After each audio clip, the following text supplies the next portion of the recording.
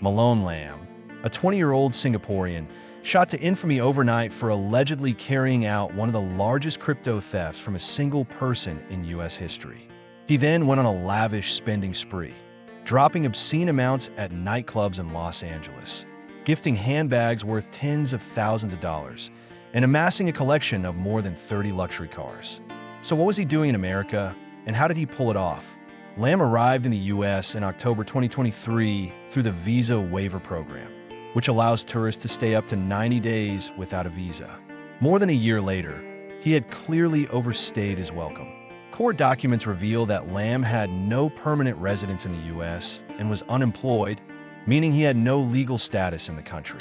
Despite this, he moved between LA and Miami, where he was eventually caught. Lam had allegedly been involved in multiple scams since at least August of that year. Online, he used the monikers Anne Hathaway and $. While his partner in crime, Jeandiel Serrano, called himself Versace God and its skid star. Together, they orchestrated a scheme targeting a high-net-worth investor in Washington, D.C.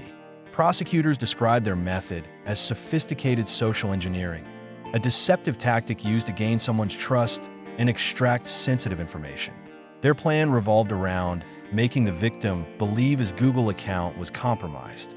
In the week leading up to the theft on August 18th, they enlisted a third person to send fake notifications of unauthorized access attempts, making them appear as though they originated from overseas using proxies and VPNs.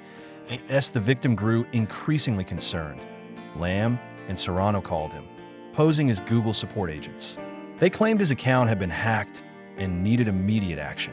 Under their deception, the victim revealed his security codes, granting them access to his OneDrive and Gmail, where they discovered his Gemini crypto records. To make their ruse even more convincing, they called him again, this time impersonating Gemini's security team. They claimed his accounts had been compromised and persuaded him to transfer approximately $3 million worth of cryptocurrency into a wallet controlled by Lam. Taking it even further, they convinced the victim to install a remote desktop connection program under the guise of additional security measures. This gave Lam and Serrano real-time access to his computer while keeping him on the phone. Serrano manipulated him into opening various files, including those containing private keys to his Bitcoin holdings. While Serrano distracted him, Lam used the keys to steal more than 4,100 Bitcoin, worth over $230 million at the time.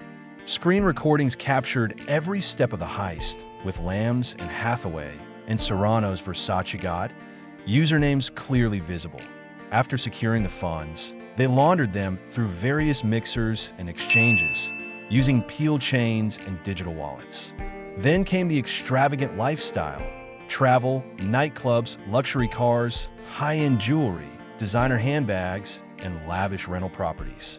Lam acquired 31 luxury cars, including custom Lamborghinis, Ferraris, and Porsches, some worth as much as $3 million each.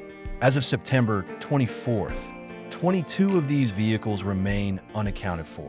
Serrano rented a house in California for $47,500 per month, while Lam splurged on multiple rental homes in LA and Miami, including a $68,000 per month property on Hibiscus Island.